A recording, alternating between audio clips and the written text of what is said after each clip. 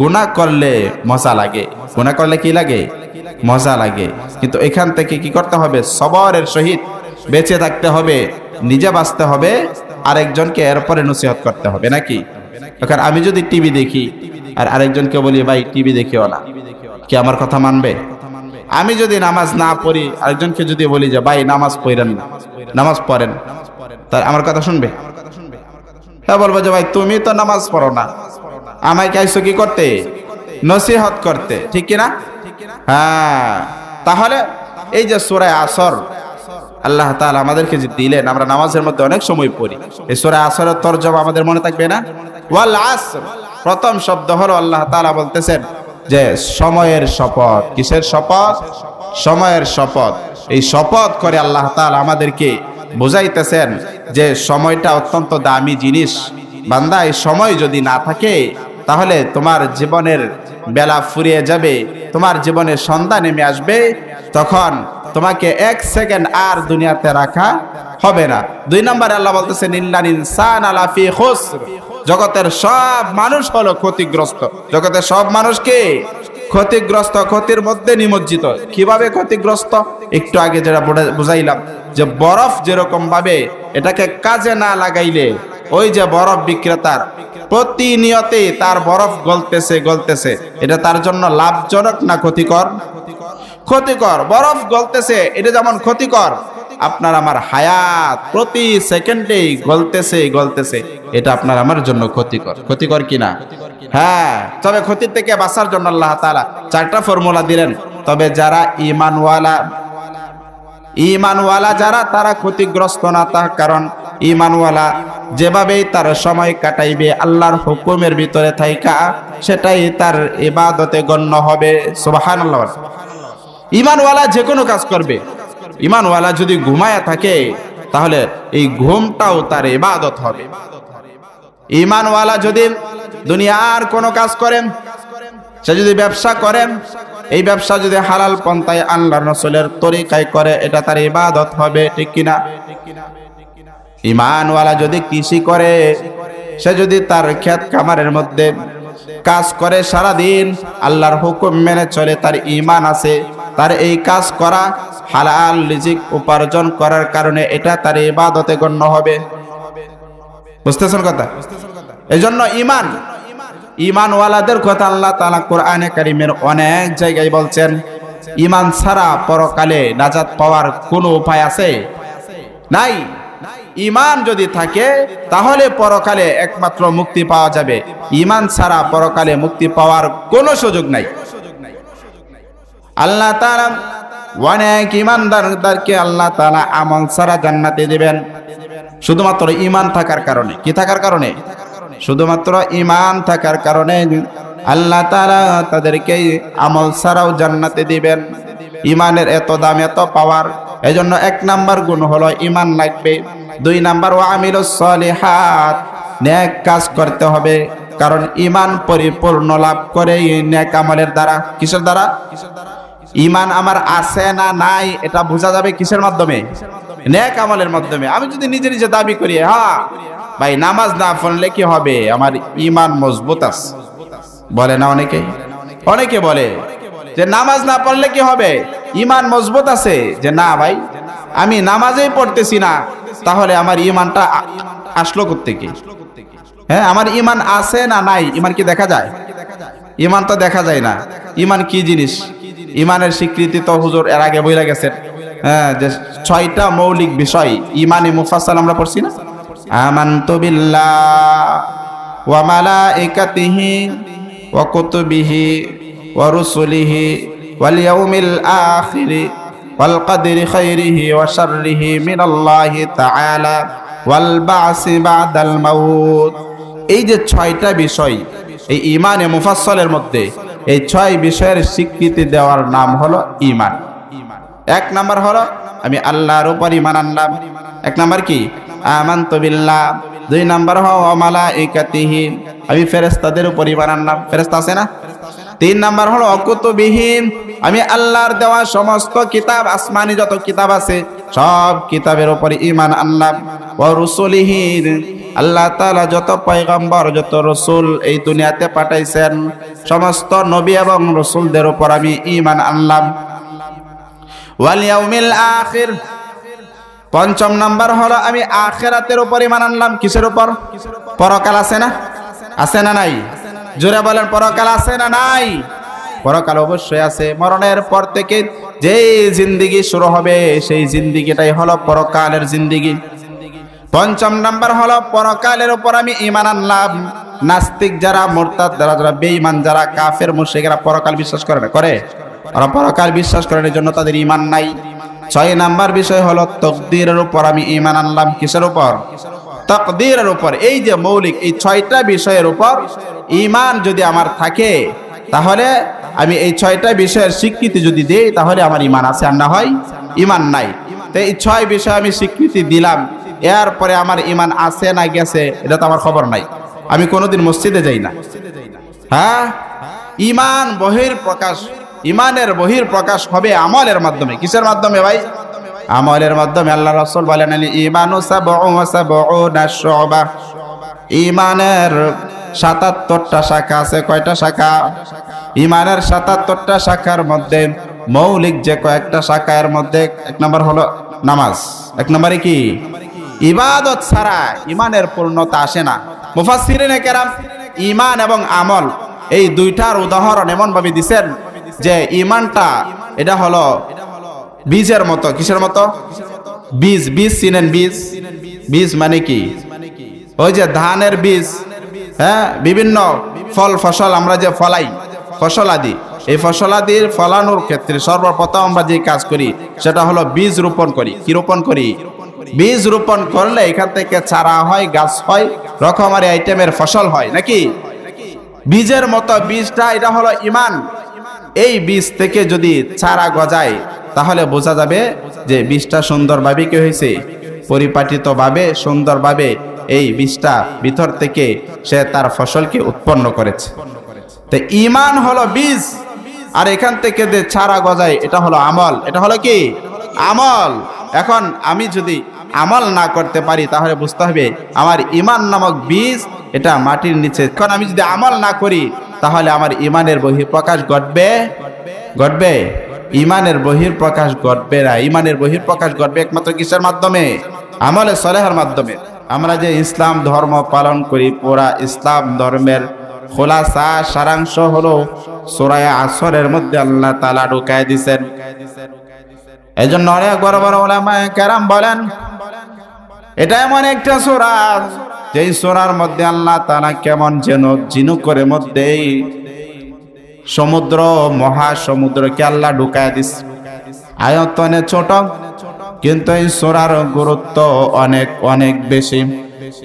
ইমাম শাফি বলেন কেউ যদি এই ছোট্ট সূরা আসর নিয়ে গবেষণা করে তাহলে আল্লাহ তাআলা এই সূরার গবেষণার কারণে, ফিকিরের কারণে এই সূরার মধ্যে যে বিষয়গুলো আল্লাহ তাআলা লুকায় রাখছেন এটাই তার দুনিয়াতে সফলতার জন্য, আখিরাতে নাজাতের জন্য এই সূরাই যথেষ্ট। শুধুমাত্র এই সূরা আসর নিয়ে কেউ যদি গবেষণা করে তাহলে এটাই তার দুনিয়া এবং আখিরাতের সফলতার জন্য, মুক্তির জন্য এটাই যথেষ্ট। এই সূরার মধ্যে আল্লাহ তাআলা মানব জাতির সফলতা এবং ব্যর্থতার মাপকাঠি বর্ণনা করেছেন। ও আল্লাহর গোলাম, আজকে আমরা কোথায় আছি, কোথায় ঘোরাফেরা করতেছি? আল্লাহর কালাম কোনোদিন হাতে নেই না, আল্লাহর কালাম পড়ি না, পড়তে জানি না, বুঝি না, বোঝার চেষ্টাও করি না। আল্লাহর কালামের মধ্যে আল্লাহ তাআলা মানব জাতির, গোটা মানব জাতির সফলতা আর ব্যর্থতা পুঙ্খানুপুঙ্খানুভাবে বর্ণনা করে দিয়েছেন। সূরা আসর, আল্লাহ তাআলা সূরা আসরের মধ্যে মানব জাতির সফলতা এবং ব্যর্থতার মাপকাঠি দিয়েছেন সংক্ষিপ্ত আকারে। সংক্ষিপ্ত আকারে আল্লাহ তাআলা সূরা আসরের মধ্যে মানব জাতির, গোটা মানব জাতির মূল নীতি কেমন হবে, মানব জাতির তার জীবনের চলাফেরা, আচার আচরণ কেমন হবে, তার কর্ম পদ্ধতি কেমন হবে, এর সুন্দর এক চিত্র অঙ্কন করে দিয়েছেন সূরা আসরের মধ্যে। এই সূরা আসর হলো সফলতার ব্যর্থতার মাপকাঠি। ভাইরা আমার, প্রথমে আল্লাহ তাআলা এই সূরার মধ্যে যে শব্দ ব্যবহার করেছেন ওয়াল আসর, আসর শব্দের অর্থ হলো সময়, কাল, মহাকাল, যুগ। ওয়াল আসরি ইন্নাল ইনসানা লাফি খুসর, সময়ের শপথ করে আল্লাহ বলেন জগতের সব মানুষ ক্ষতিগ্রস্ত, ক্ষতির মধ্যে নিমজ্জিত, ধ্বংসের মধ্যে নিমজ্জিত, ধ্বংসপ্রাপ্ত। দুনিয়ার সব মানুষ ক্ষতিগ্রস্ত। সময়ের শপথ, গোটা মানব জাতি ক্ষতিগ্রস্ত। দুইটার মধ্যে কি মুনাসাবাত? সময়ের শপথ করে আল্লাহ তাআলা মানব জাতিকে জানায় দিলেন, ও জগৎবাসী, ও দুনিয়ার মানুষ, আদম সন্তান, আমি তোমাকে হায়াত নামক যে একটা সময় দিয়েছি, এই সময়টা বড় দামি, এই সময়ের মূল্য অনেক বেশি। এক একটা সেকেন্ড, এক একটা মিনিট, এক একটা ঘন্টা, একটা দিন, একটা সপ্তাহ, একটা মাস, এগুলির দাম অনেক বেশি। আপনার আমার জীবনের মূল পুঁজি হলো এই সময়, ঠিক কিনা? কয়েকটা মিনিট, কয়েকটা ঘন্টা, কয়েকটা দিন, কয়েকটা সপ্তাহ, কয়েক মাস আর কয়েকটা বছরের সমষ্টির নামে হলো আপনার আমার সময়। এই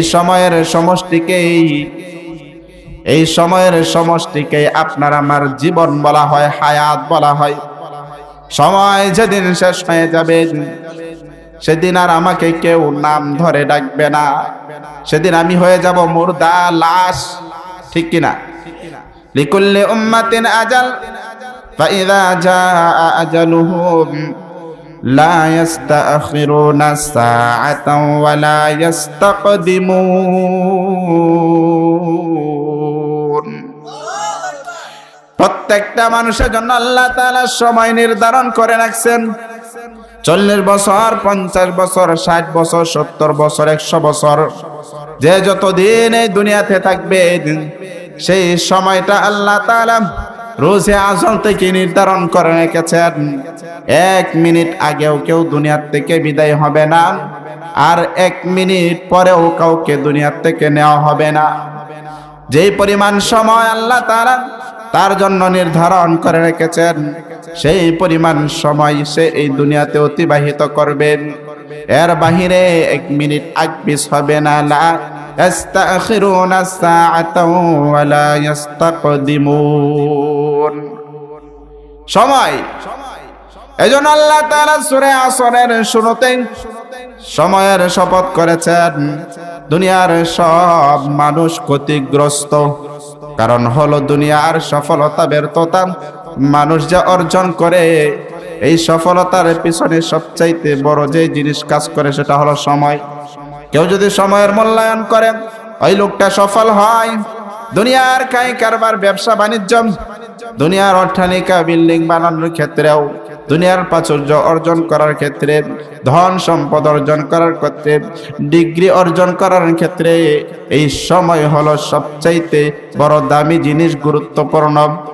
যে কিনা সময়কে কাজে লাগায়, সে জীবনের প্রতিটা ধাপে ধাপে সফলতা অর্জন করে, ঠিক না? প্রত্যেকটা কাজে সে সফল হয়।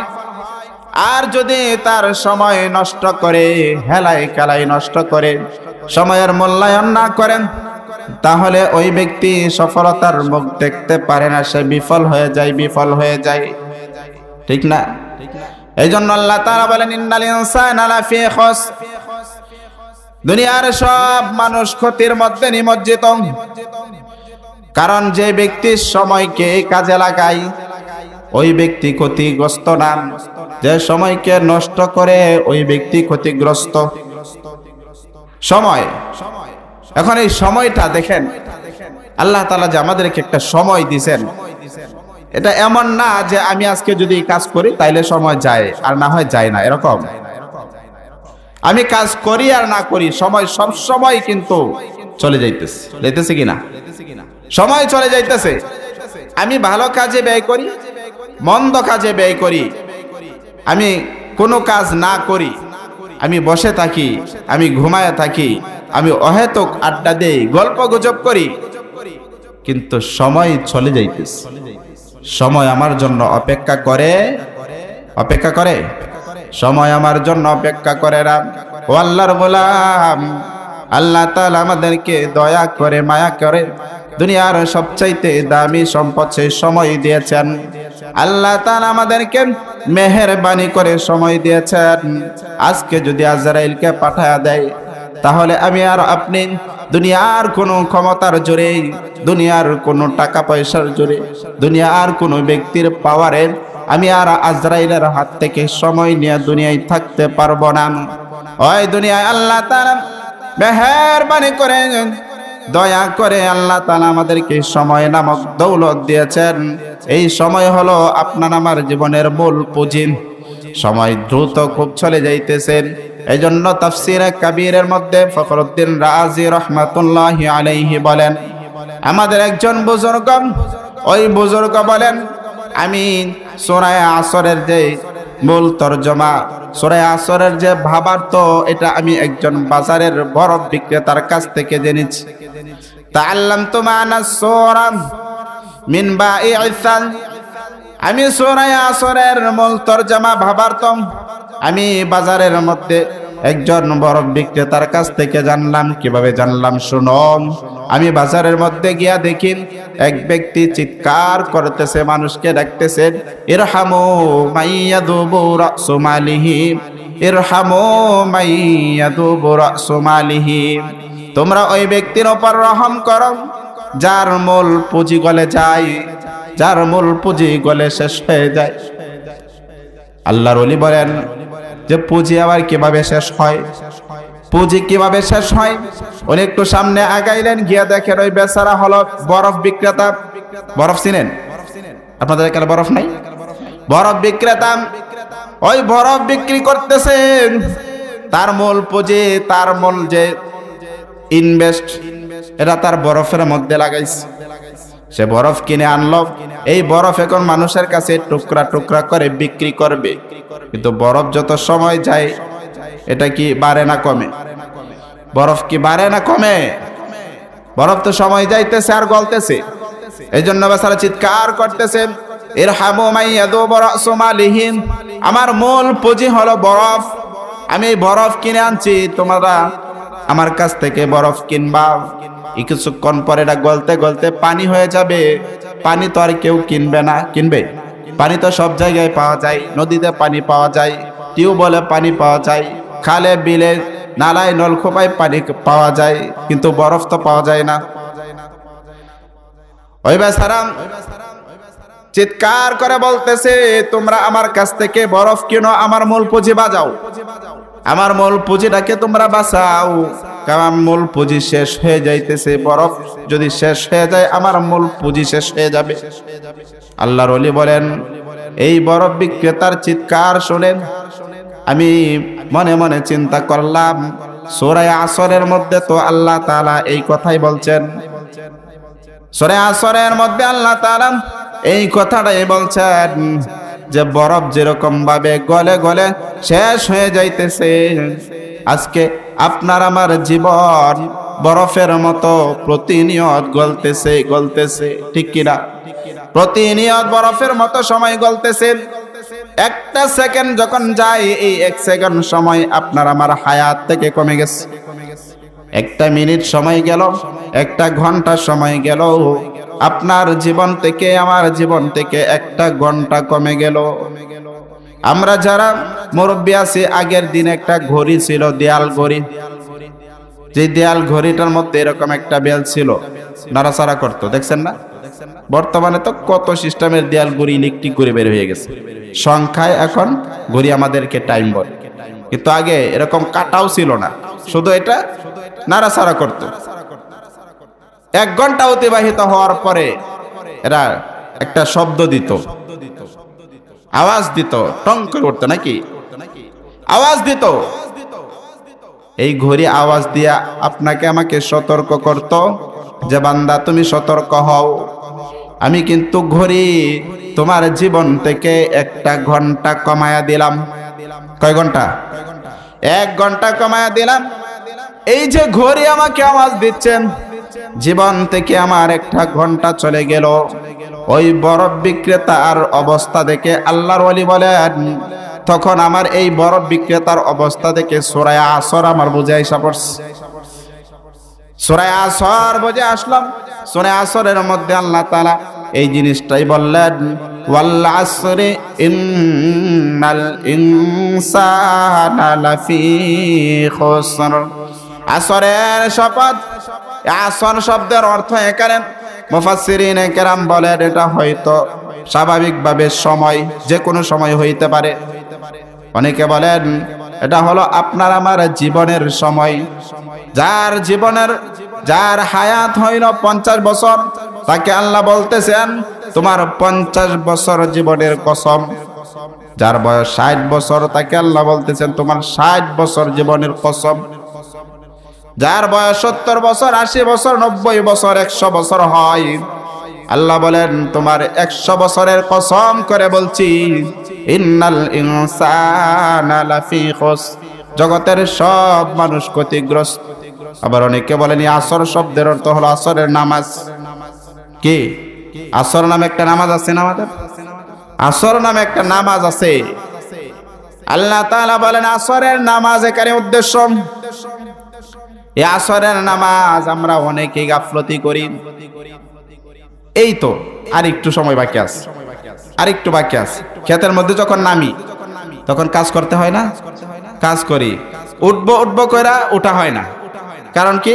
আর একটু বাকি আছে, এটা শেষ করে উঠি। এটা শেষ করে উঠতে উঠতে বাস, সূর্য কি আমার জন্য দাঁড়ায় আছে না ডুবে গেছে?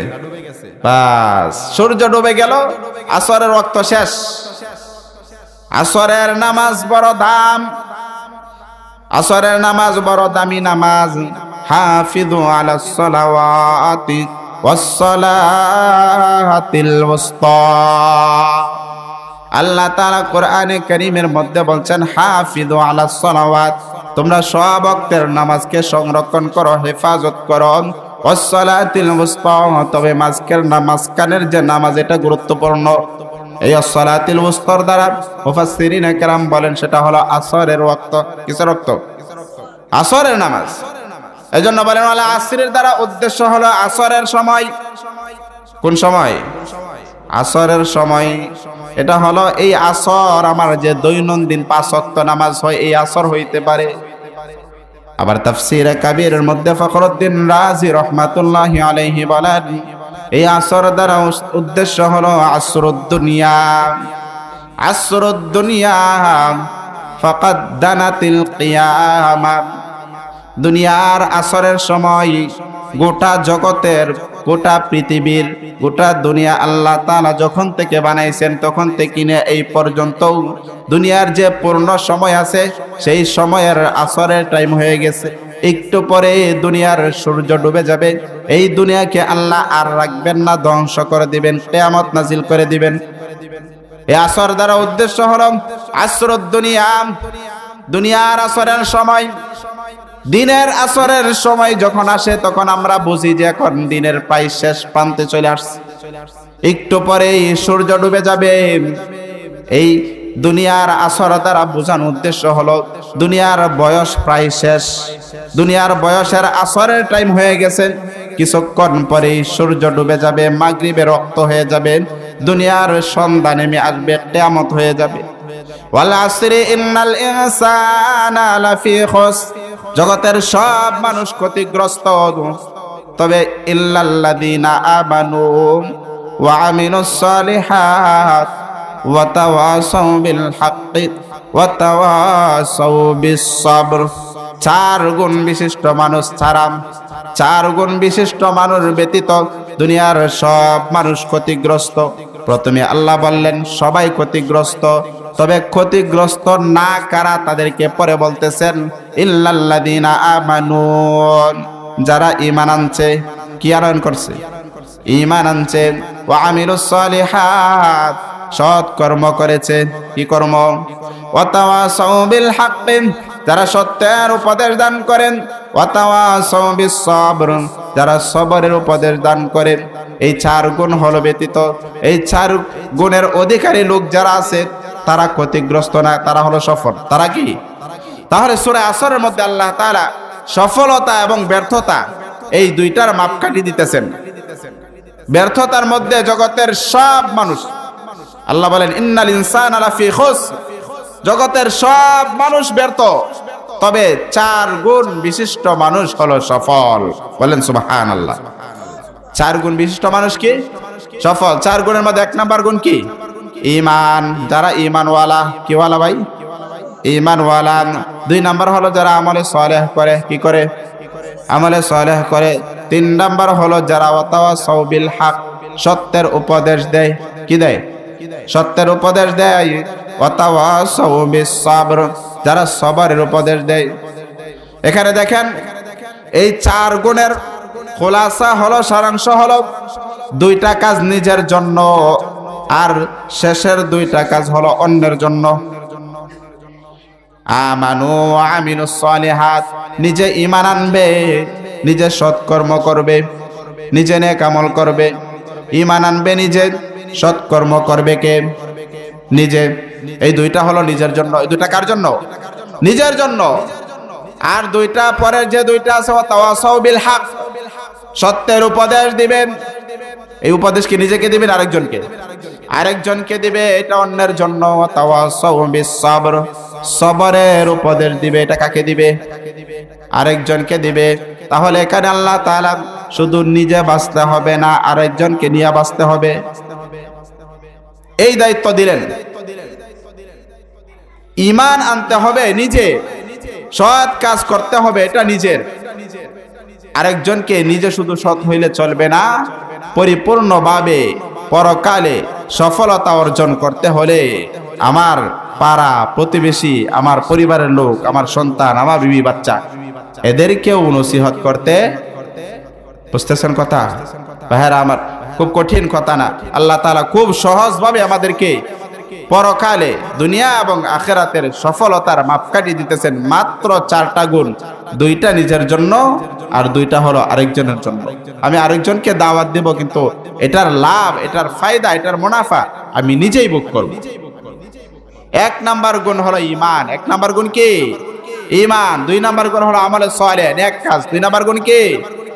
আমলে সালেহ। 3 নাম্বার গুণ সত্যের উপদেশ। সত্যের কি? উপদেশ। এটাকে বলা হয় আমর বিল মারুফ। আমর বিল মারুফ, সৎ কাজের আদেশ। আমরা শুনি না এই কথা? তাবলীগে যাই না মাঝে মধ্যে, এখানে বলে না সৎ কাজের আদেশ আর অসৎ কাজের নিষেধ। তাহলে ওয়া তাওয়াসাউ বিল হক, এর দ্বারা উদ্দেশ্য হলো সৎ কাজের আদেশ। ওয়া তাওয়াসাউ বিস সাবর, সবর আলা তাআত ওয়া আনিল মাসিয়াহ, অর্থাৎ অসৎ কাজের নিষেধ। গুনাহ করলে মজা লাগে, গুনাহ করলে কি লাগে? মজা লাগে। কিন্তু এখান থেকে কি করতে হবে? সবরের সহিত বেঁচে থাকতে হবে, নিজে বাঁচতে হবে, আরেকজনকে এরপরে নসিহত করতে হবে, নাকি? এখন আমি যদি টিভি দেখি আর আরেকজনকে বলি ভাই টিভি দেখিও না, কি আমার কথা মানবে?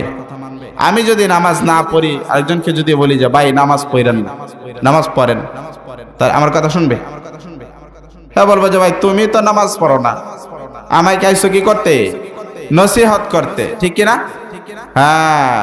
তাহলে এই যে সূরা আসর আল্লাহ তাআলা আমাদেরকে যে দিলেন, আমরা নামাজের মধ্যে অনেক সময় পড়ি, এই সূরা আসরের তরজমা আমাদের মনে থাকবে না? ওয়াল আসর, প্রথম শব্দ হলো আল্লাহ তাআলা বলতেছেন যে সময়ের শপথ। কিসের শপথ? সময়ের শপথ। এই শপথ করে আল্লাহ তাআলা আমাদেরকে বুঝাইতেছেন যে সময়টা অত্যন্ত দামি জিনিস। বান্দা, এই সময় যদি না থাকে তাহলে তোমার জীবনের বেলা ফুরিয়ে যাবে, তোমার জীবনে সন্ধ্যা নেমে আসবে, তখন তোমাকে 1 সেকেন্ড আর দুনিয়াতে রাখা হবে না। 2 নম্বরে আল্লাহ বলতেছেন ইন্নাল ইনসানা লাফি খুসর, জগতের সব মানুষ হলো ক্ষতিগ্রস্ত। জগতের সব মানুষ কি? ক্ষতিগ্রস্ত, ক্ষতির মধ্যে নিমজ্জিত। কিভাবে ক্ষতিগ্রস্ত?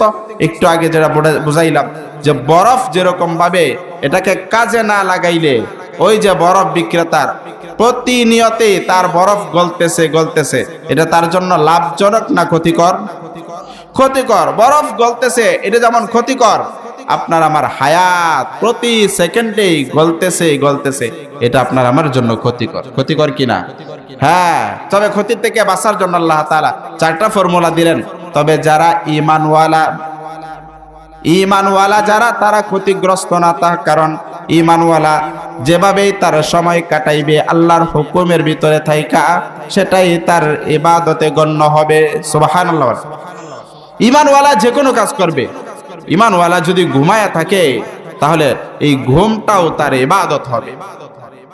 ঈমানওয়ালা যদি দুনিয়ার কোনো কাজ করেন, সে যদি ব্যবসা করেন, এই ব্যবসা যদি হালাল পন্থায় আল্লাহর রাসূলের তরিকায় করে, এটা তার ইবাদত হবে। ঠিক কিনা? ঈমানওয়ালা যদি কৃষি করে, সে যদি তার ক্ষেত খামারের মধ্যে কাজ করে সারা দিন, আল্লাহর হুকুম মেনে চলে, তার ঈমান আছে, তার এই কাজ করা হালাল রিজিক উপার্জন করার কারণে এটা তার ইবাদতে গণ্য হবে। বুঝতেছেন কথা? এজন্য ঈমানওয়ালাদের কথা আল্লাহ তাআলা কোরআনে কারীমের অনেক জায়গায় বলছেন। ঈমান ছাড়া পরকালে নাজাত পাওয়ার কোনো উপায় আছে? নাই। ঈমান যদি থাকে তাহলে পরকালে একমাত্র মুক্তি পাওয়া যাবে। ঈমান ছাড়া পরকালে মুক্তি পাওয়ার কোনো সুযোগ নাই। আল্লাহ তাআলা অনেক ঈমানদারকে আল্লাহ তাআলা আমল ছাড়া জান্নাতে দিবেন, শুধুমাত্র ঈমান থাকার কারণে। কি থাকার কারণে? শুধুমাত্র ঈমান থাকার কারণে আল্লাহ তাআলা তাদেরকে আমল ছাড়াও জান্নাতে দিবেন। ঈমানের এত দাম, এত পাওয়ার। এজন্য 1 নাম্বার গুণ হলো ঈমান লাগবে। 2 নাম্বার ওয়া আমিলুস সলিহাত, নেক কাজ করতে হবে। কারণ ঈমান পরিপূর্ণ লাভ করে নেক আমলের দ্বারা। কিসের দ্বারা? ঈমান আমার আছে না নাই এটা বোঝা যাবে কিসের মাধ্যমে?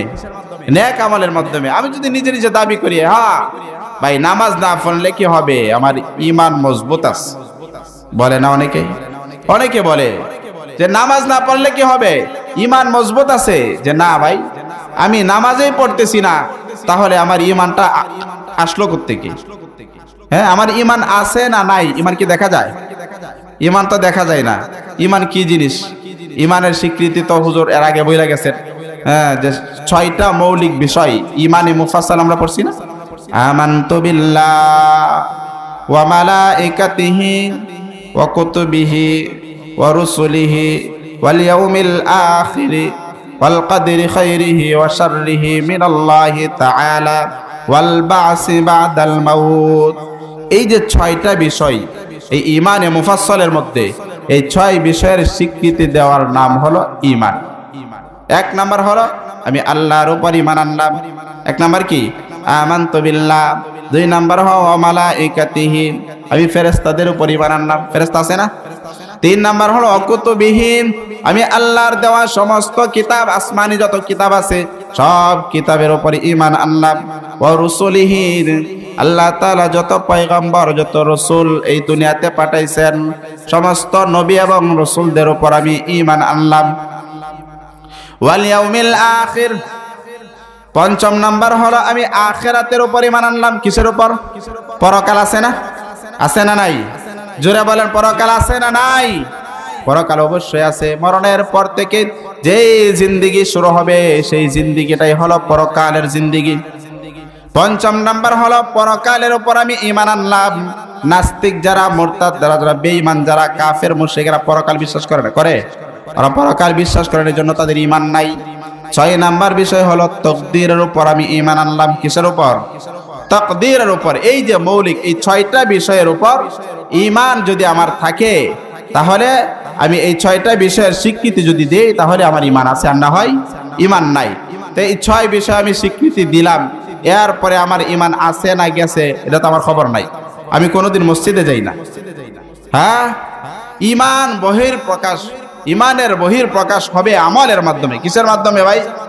আমলের মাধ্যমে। আল্লাহ রাসূল বলেন, ঈমানু সাবউন ওয়া সাবউনা শুবা, ঈমানের 77টা শাখা আছে। কয়টা শাখা? ঈমানের 77টা শাখার মধ্যে মৌলিক যে কয়েকটা শাখা, এর মধ্যে 1 নাম্বার হলো নামাজ। 1 নম্বরে কি? ইবাদত ছাড়া ঈমানের পূর্ণতা আসে না। মুফাসসিরিনে কেরাম ঈমান এবং আমল এই 2টার উদাহরণ এমন ভাবে দিয়েছেন যে ঈমানটা এটা হলো বীজের মতো। কিসের মতো? বীজ। বীজ চিনেন? বীজ, বীজ মানে কি? ওই যে ধানের বীজ, হ্যাঁ, বিভিন্ন ফল ফসল আমরা যে ফলাই, ফসলাদি, এই ফসলাদির ফলানোর ক্ষেত্রে সর্বপ্রথম আমরা যে কাজ করি সেটা হলো বীজ রোপণ করি। কি রোপণ করি? বীজ রোপণ করলে এখান থেকে চারা হয়, গাছ হয়, রকমারি আইটেমের ফসল হয় নাকি? বীজের মতো বীজটা, এটা হলো ঈমান। এই বীজ থেকে যদি চারা গজায় তাহলে বোঝা যাবে যে বীজটা সুন্দরভাবে কি হয়েছে, পরিপাটিতভাবে সুন্দরভাবে এই বীজটা ভিতর থেকে সে তার ফসলকে উৎপন্ন করেছে। তো ঈমান হলো বীজ, আর এখান থেকে যে চারা গজায় এটা হলো আমল। এটা হলো কি? আমল।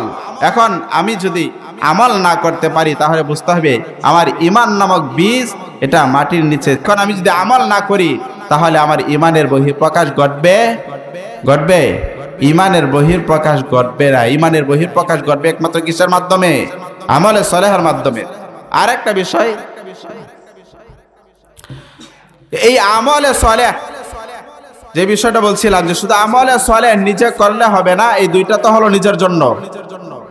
আমার উপর দায়িত্ব আছে না নাই? আরো জোরে বলতে হবে, আছে না নাই?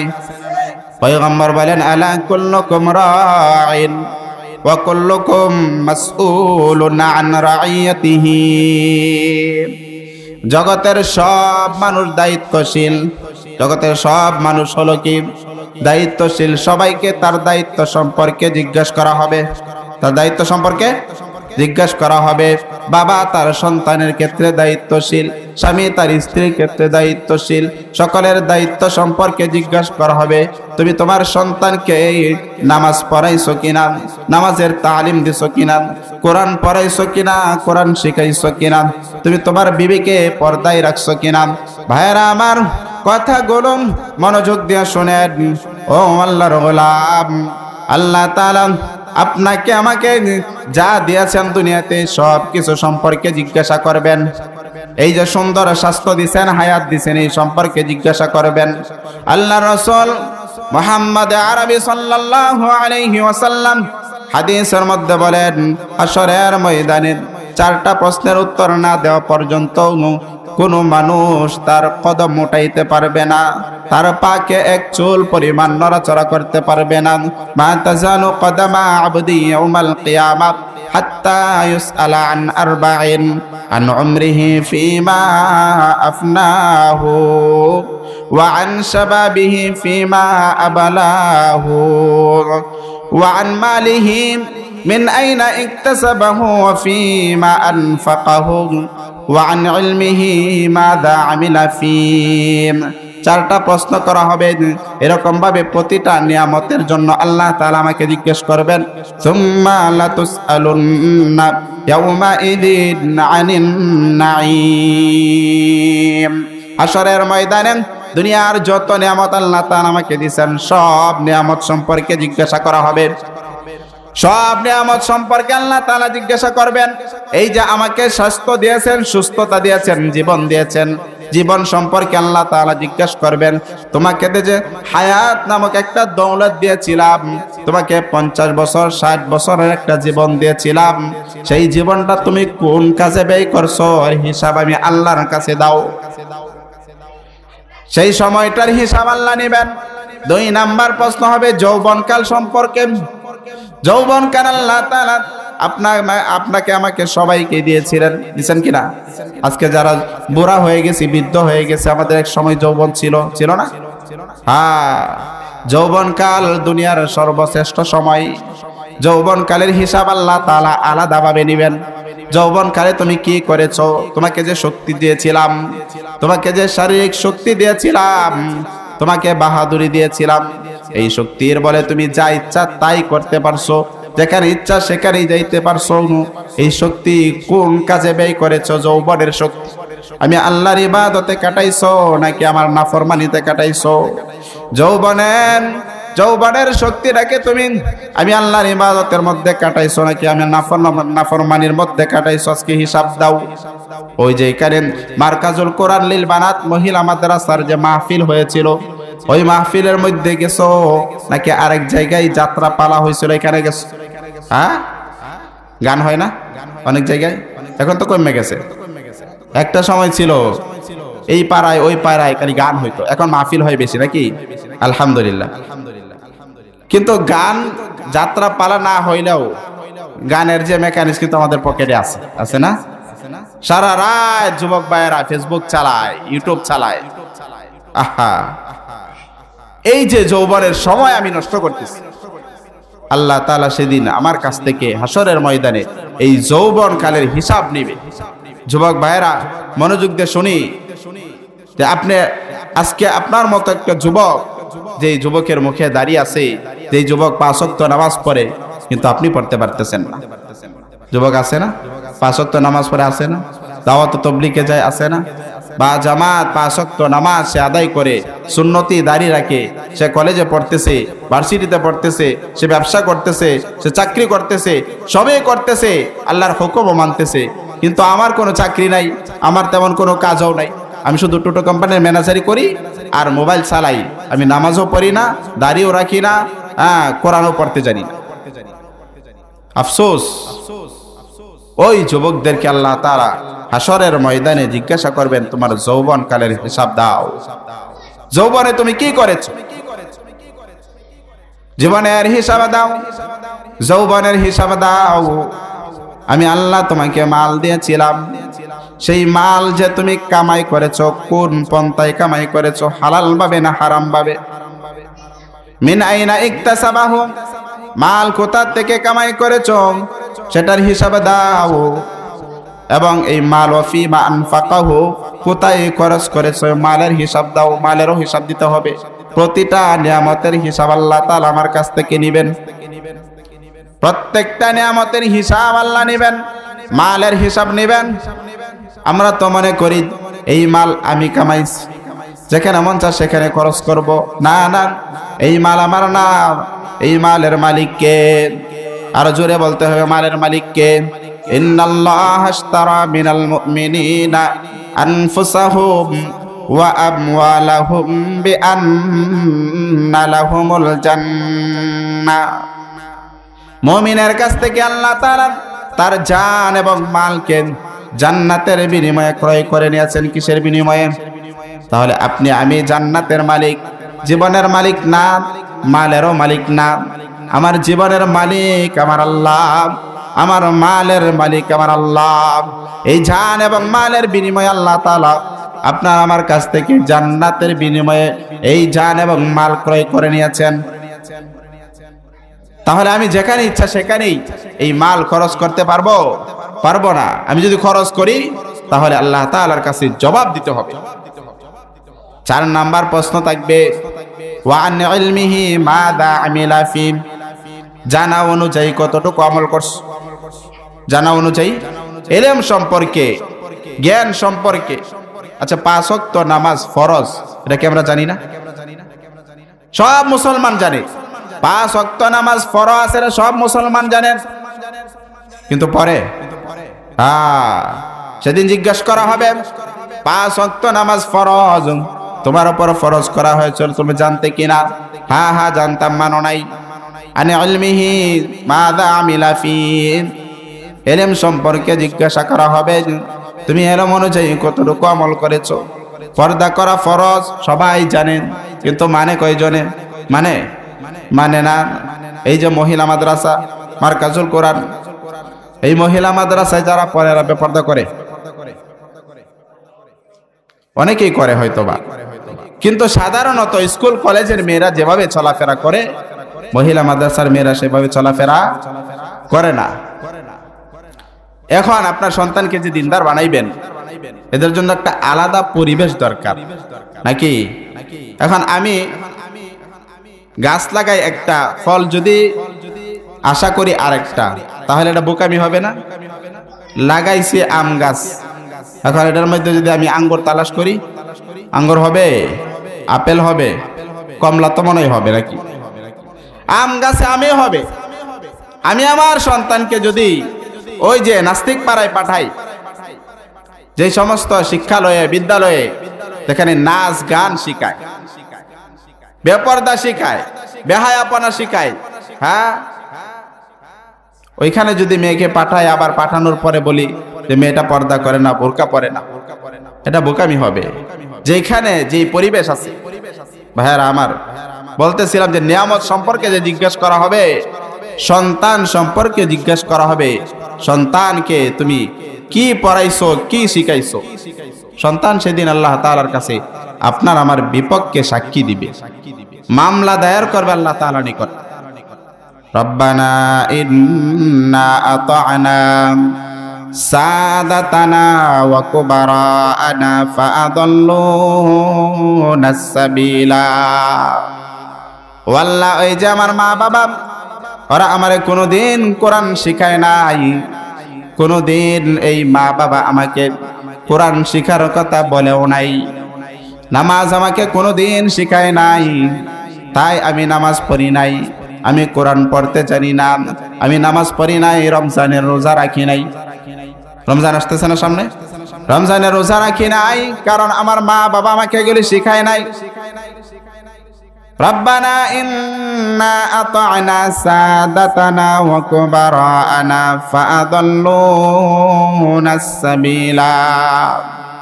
রব্বানা আতিহিম দি'ফাইনি মিনাল আযাবি ওয়ালআনহুম লা'নান কাবীরা। সেদিন এই সন্তান মা বাবার বিপক্ষে আল্লাহ তাআলার নিকট সাক্ষী শুধু দিবে তা না, বরং আল্লাহ তাআলার নিকট আবেদন করবে, এই মা বাবাকে আপনি আমার চাইতে দ্বিগুণ শাস্তি দেন। আতিহিম দি'ফাইনি মিনাল আযাব, ডাবল শাস্তি কামনা করবে। বুঝছেন? একটা হলো দায়িত্ব, আপনি যদি দায়িত্ব পালন না করেন তাহলে এই সন্তান আপনার বিপক্ষে দাঁড়াইবে, আল্লাহর আদালতে আপনার বিপক্ষে মামলা করবে, আপনার বিরুদ্ধে মামলা দায়ের করবে। এক নম্বর হলো তো এটা আপনার দায়িত্ব ছিল, দায়িত্ব পালন করেন নাই, করলাম না তো করলাম না, কিন্তু না, এতে আপনার মুক্তি না। এর জন্য আল্লাহ তাআলা আপনাকে জিজ্ঞাসাও করবে, আর সন্তান আপনার বিরুদ্ধে আল্লাহ তাআলার আদালতে মামলা দায়ের করবে। আর সন্তানকে যদি মহিলা মাদ্রাসায় দেন, ছেলে হোক আর মেয়ে হোক, উভয়জনকেই তো দিন শিখাইতে হবে নাকি? ওলামায়ে কেরাম বলে গেছেন। তাহলে এর জন্য ফজিলত আছে না নাই? লাভ আছে না নাই? সন্তানকে যদি কোরআন শিখান, পয়গম্বর বলেন যেই ব্যক্তির সন্তানকে কোরআন শিখাইলো, ওই সন্তান যখন কোরআন পড়বে, কোরআনের উপর আমল করবে, হাসরের ময়দানে আল্লাহ তাআলা ওই কোরআনওয়ালার মা বাবাকে, তার মা বাবার মাথার মধ্যে আল্লাহ তাআলা নূরের টুপি পরাইবেন, মুকুট পরাইবেন। কি পরাইবেন? নূরের মুকুট পরাইবেন, নূরের মিম্বারে তাদেরকে বসাইবেন। আরেক হাদিসে হযরতে বুরাইদা আসলামী রাদিয়াল্লাহু তাআলা আনহু বলেন, ওই কোরআনওয়ালার মা বাবাকে আল্লাহ তাআলা এমন দুইটা সুন্দর জামা পরাইবেন। কি পরাইবেন? জামা পরাইবেন, যেই জামাগুলার মূল্য পুরা দুনিয়া বিক্রি করলেও এর মূল্য আদায় হবে না।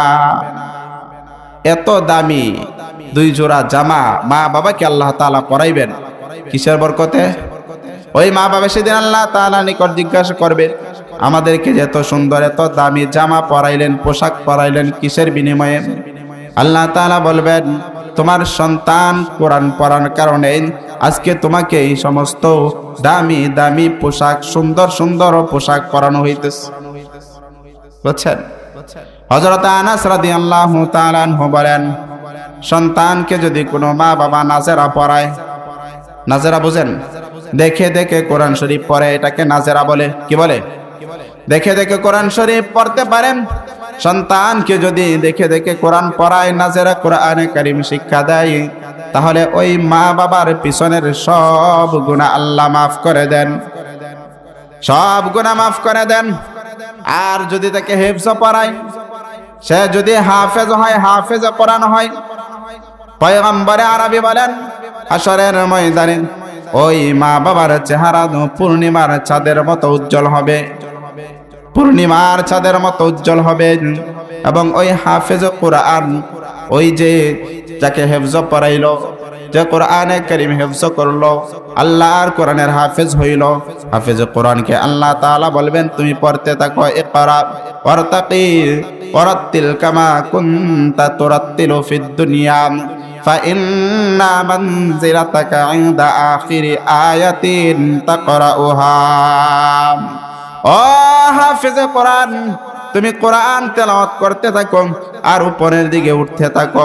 কোরআন তেলাওয়াত করো আর উপরের দিকে উঠো। কোরআনে কারীমের আয়াত সংখ্যা অনুযায়ী হাফেজে কোরআনের মর্যাদা হবে, হাফেজে কোরআনের জান্নাত হবে। কোরআনের আয়াত সংখ্যা অনুযায়ী হাফেজে কোরআনের জান্নাতটা কয় তলা হবে? ৬,২৩৬ তলা হবে। কয় তলা? ৬,২৩৬ তলা হাফেজে কোরআনের জান্নাত। এক একটা আয়াত যখন পড়তে থাকবেন, আল্লাহর নবী বলেন একটা আয়াত পড়ার দ্বারা ওই মা বাবা, হাফেজে কোরআনের মা বাবার একটা স্তর, একটা মর্যাদা উন্নত হবে।